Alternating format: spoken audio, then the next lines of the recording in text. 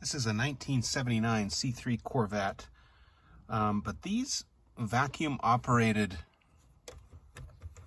HVAC controls were common in the, I'm not so sure about the 60s, I think it was more mechanical, but certainly in the 70s and 80s and maybe even into the 90s on some vehicles. It was a vacuum-operated system that would change from vent, defrost, heat, you know, the lower vents, mid vents, or defrost vents. That was vacuum operated. So in this car, there is a manifold under here. There's a little lever that's moved by this, and this is common to a lot of GM cars. They're all a little bit different, but it's the same basic idea. Then there's a manifold with vacuum lines on it here that is moved back and forth, and I'll show you on the bench what I mean, to direct vacuum into the various different lines. Now, there's a plug here. Now, some Corvettes, this one faces forward. Some Corvettes, the vents face upward, and different GM cars have different configurations, but it's all the same basic idea. And then there's a manifold here that pushes on. Now, sometimes these rubbers fail, and you can just replace it with like silicone vacuum line individually to the ports. This one's in good shape still. But basically what we have is we have this black one here. The top one is engine vacuum. So I've labeled them just to make it easier. That's engine vacuum coming from the vacuum. This line here goes to the vents. So when you put vacuum to the vent, there's a door that opens or closes and puts vacuum or puts air to the vents that way. And this one's for defrost, this one on the bottom here. I believe the last one is to shut off the heater valve, which we're not using. That's for like max AC. It shuts off the hot water going into the heater core. But that's been eliminated in this car, and many cars don't use that anymore, or those heater valves get all seized up. Anyway, here's what happens. Often this little manifold thing and the lever, this white little lever that turns, and we'll show it on the bench, will start leaking vacuum. Okay, so before we go to the bench, what you can do is, just to make sure that that's the thing that's going wrong, is you can do something like, you could take a Mighty Vac, or any kind of a vacuum pump, like I have one here, a vacuum pump, and put vacuum to the vent line or the defrost line when you have your car on, or just the switch on, and you're running your blower motor, and see if when you put vacuum to the vent line or the defrost line, does the airflow change? And in this car it does. If we turn the fan on and apply vacuum, all the flaps and everything are working, and that's quite common. Usually it's the little mechanism down here that fails. So that's the first check. The other thing you can do is you can just do a little jumper from, with the engine running, from your vacuum line here, from your vacuum, which is this top one here. I've just got a little piece of vacuum hose with a couple of little push-in fittings. You could use anything really.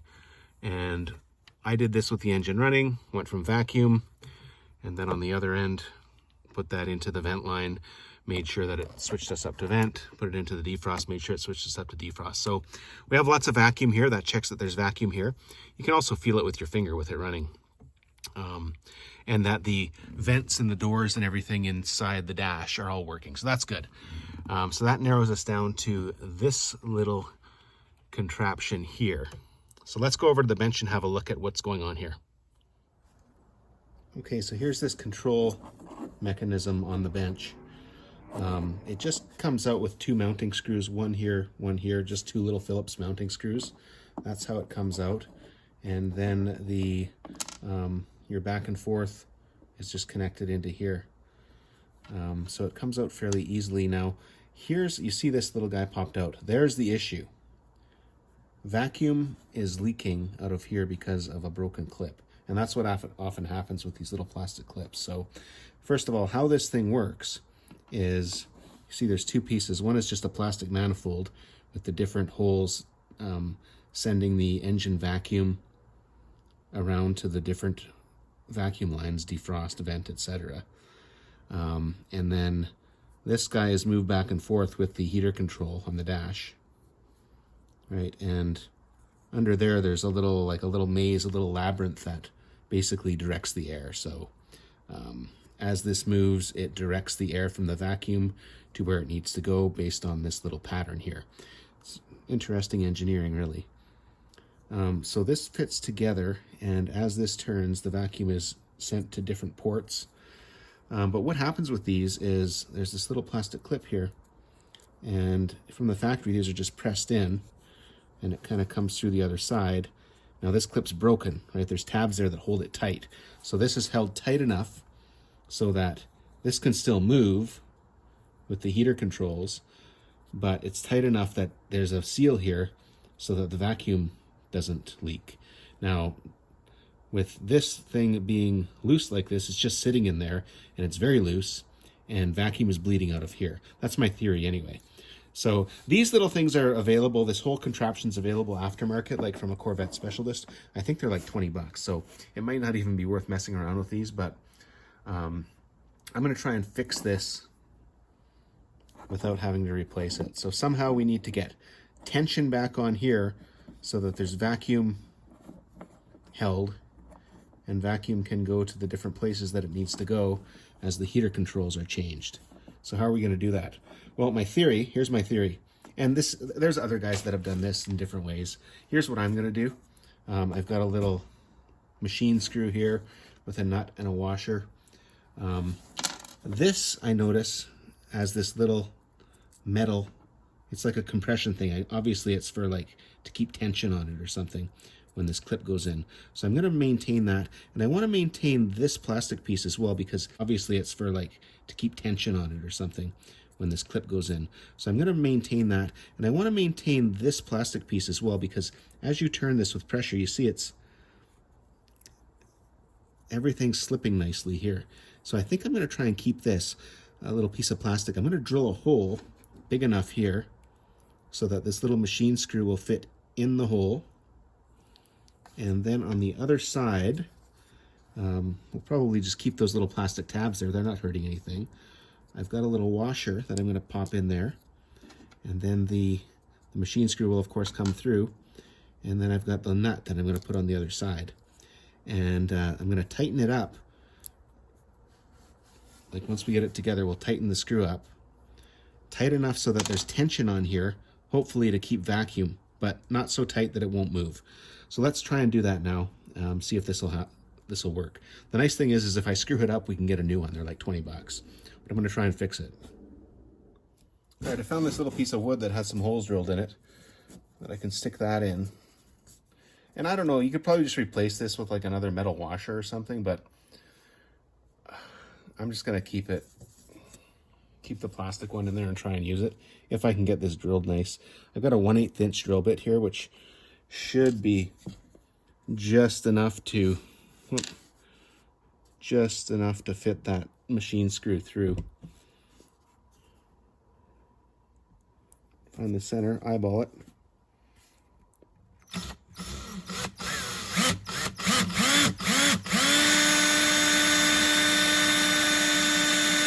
Pretty hard plastic.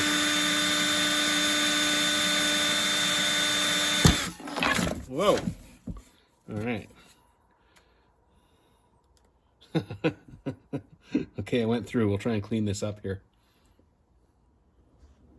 Okay, not perfectly centered, but it went through. And I think it's about the right size. So let's put this thing together. First, let's take the little tensioning piece, this little tensioning washer, that's what I call it, and put that in there. That.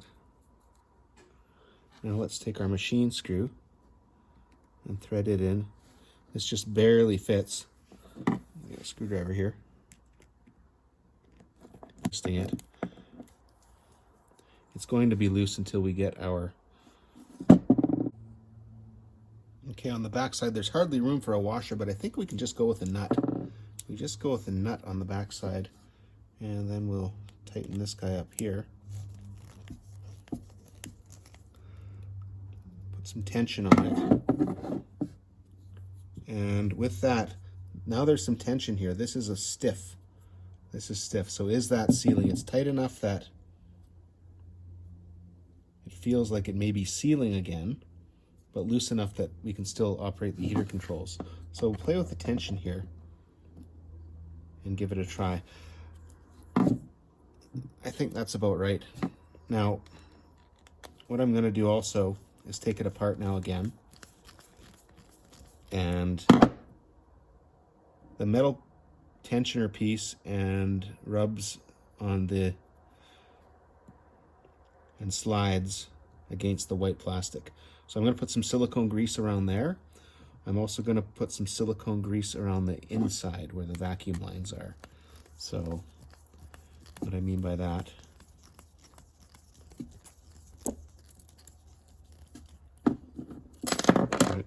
is this. So we'll take a little bit of silicone grease.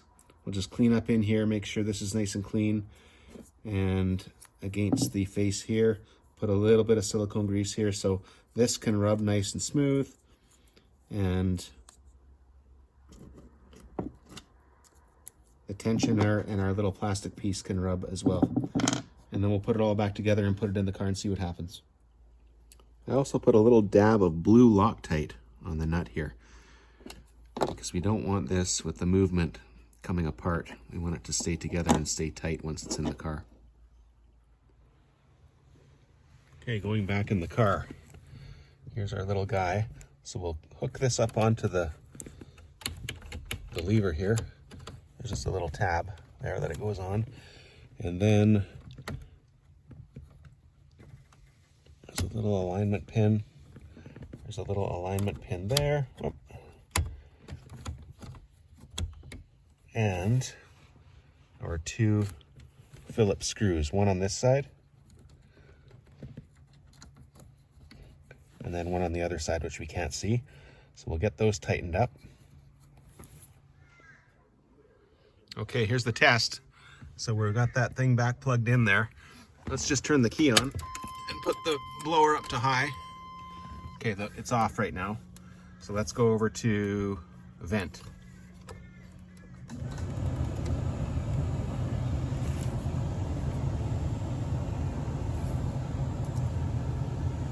Oh, we need vacuum. We gotta start the motor. Whoops. Duh. All right, now there's vacuum. Vent.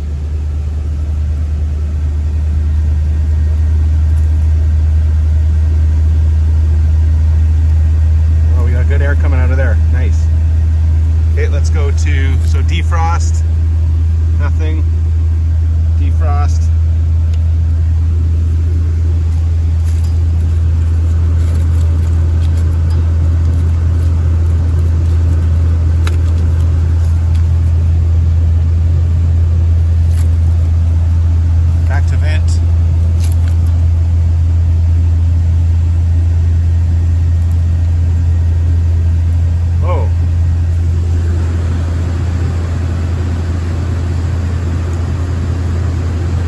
Air coming out of there. Okay, so it's fixed.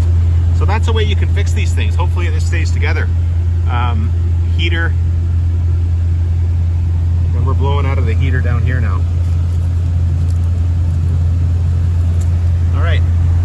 Well, thanks for watching. Hopefully this helped. Let me turn this thing off. Like I said, this was common on, probably, I don't know if it's millions, but maybe it's millions of GM vehicles in the 70s and 80s. That had this vacuum type of a system that if it stops working, look at this little vacuum control here. Thanks for watching.